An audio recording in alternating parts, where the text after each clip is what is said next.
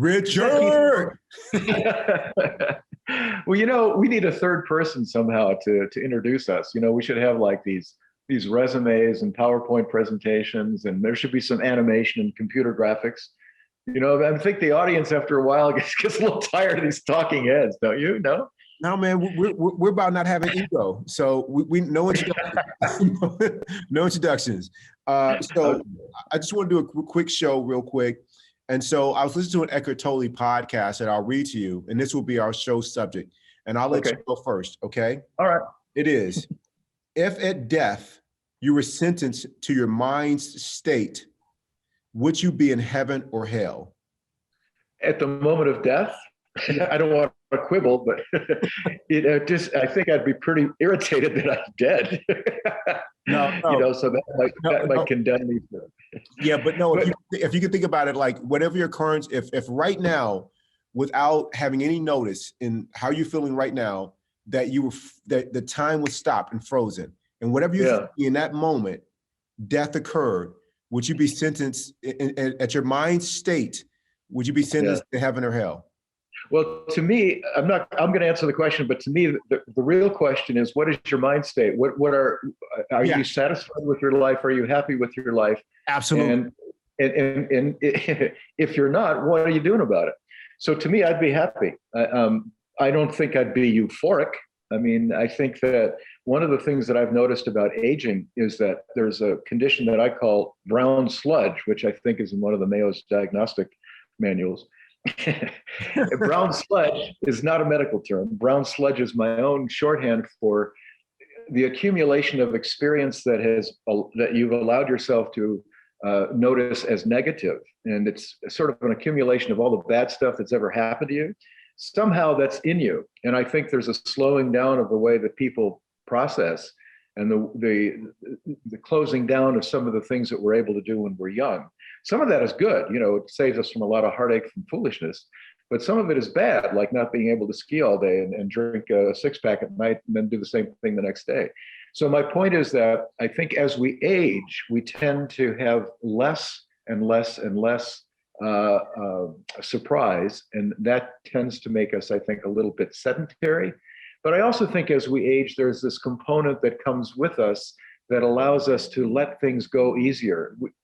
The longer you live, the better strategy you have for having gotten that far, right?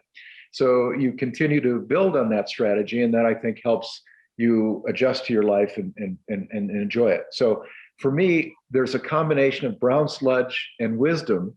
And depending on where I'm at in my day and how I'm looking at myself and what's happening in my practice, that varies. But on general, it's much happier, I think, than I was when I was a young man. And I think I'd be really, really in heaven, I guess you'd say.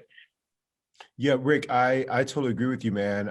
Before meeting you and taking on and embracing all the wisdom that you share with me during our time as friends, and before I began to practice some years ago, my mind state would have sentenced me to hell, because really?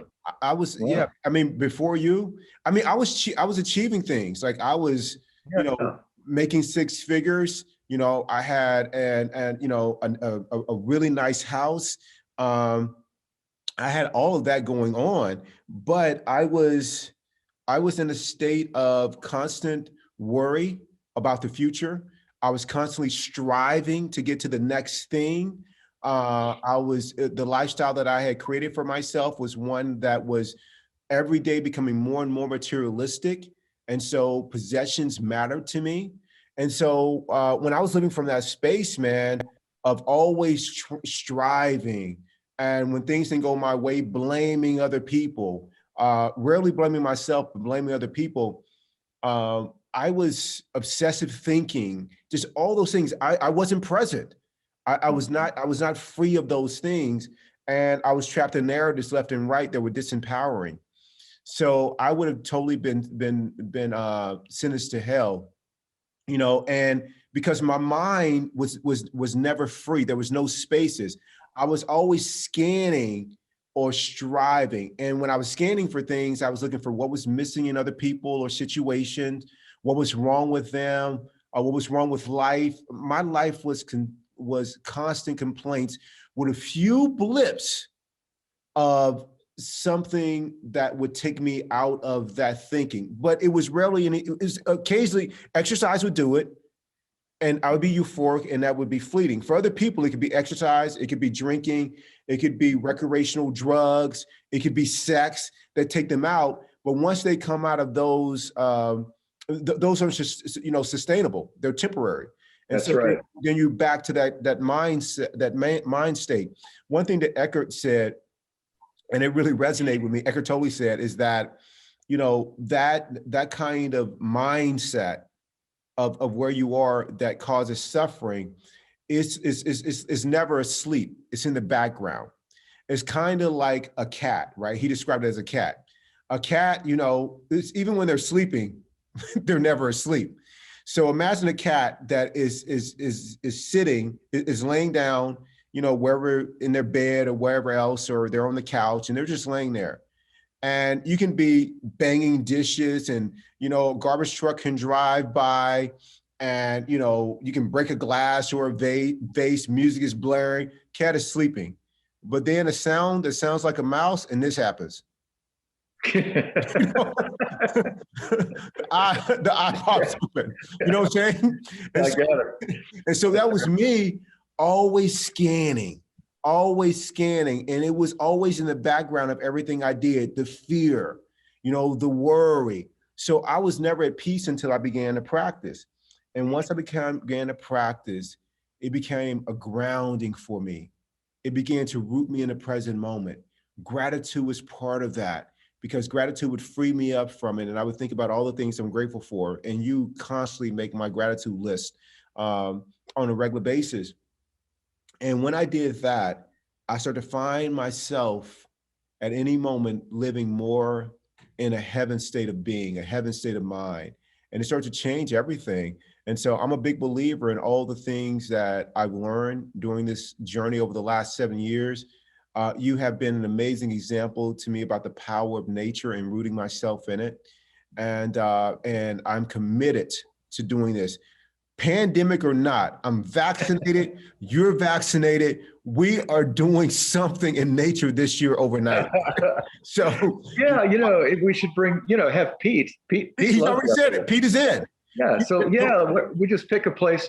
We'll do the spinorama on the map. You just take all the Southwest and then just put a finger randomly at a place, and we'll end up there. Yeah. Well, Pete is looking into a trip to Yosemite. Oh, that'd be great. I said, Rick is down. So we got to get a date. So Pete said he would have something for us within a week of a date. Fantastic. So we start making that. But all those things have really helped me live into the present moment, separated and disconnected from my narrative.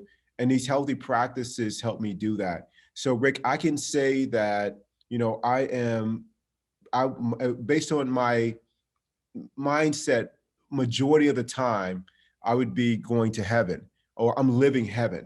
And I would, you know, ask our audience members to consider that same question, that if you were sentenced to death at your current state of mind, where would you be? You know? I think that's an excellent thing for all of us to ask every day. And what is it that keeps you from being in heaven? What is it that keeps you from wanting to be happy and fully functioning the way that you want to fully function? And it's all of this is available to everyone, because there's no prerequisite. You don't have to go to school. You don't have to study. You basically, I think, just have to open your heart and ask yourself, why am I suffering? And you'll find that most of the time the answer is because my ego gets in the way of my life. And by that, I mean, you're constantly judging, as you mentioned, constantly judging other people, judging yourself, comparing yourself. All of these things that we all know are traps. We continue, despite of ourselves, doing them.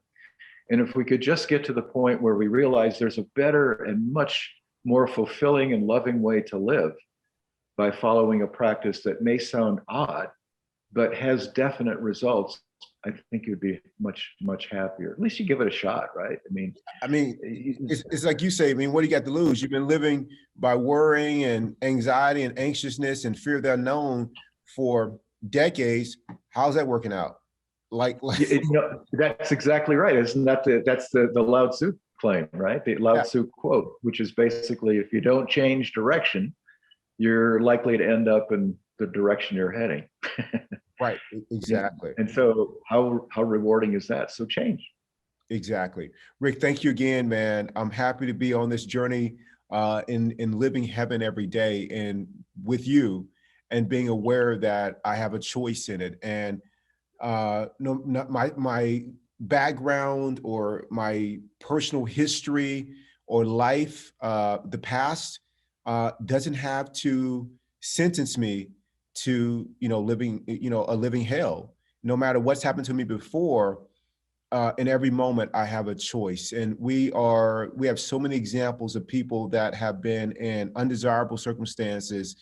From Nelson Mandela comes to mind.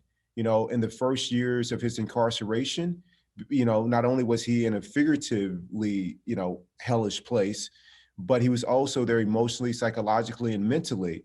And while the physical structure didn't change for decades for him, he made a choice along the way to adopt a different kind of mindset that freed him from that. So, and And you think about Viktor Frankl. that's who I was going to say. Man's Search for Meaning. If there's one book, I think that if people are interested in trying to break out of their pattern and maybe become happier and try to get to heaven that way, heaven on earth, you might want to start with Googling Viktor Frankl, Frankl. And if what you read in the Google articles is of interest, then I'd pick up his book, which is very short, called Man's Search for Meaning. He was a psychiatrist who was Jewish and unfortunately was in a concentration camp, but fortunately survived and lived to tell about it, what the strategy was that he used to get past that horrible experience. Yeah. So Rick, thank you so much, man. I love you, Rick. Thank you. I love you, Keith. Thank you for all the blessings to my life, man.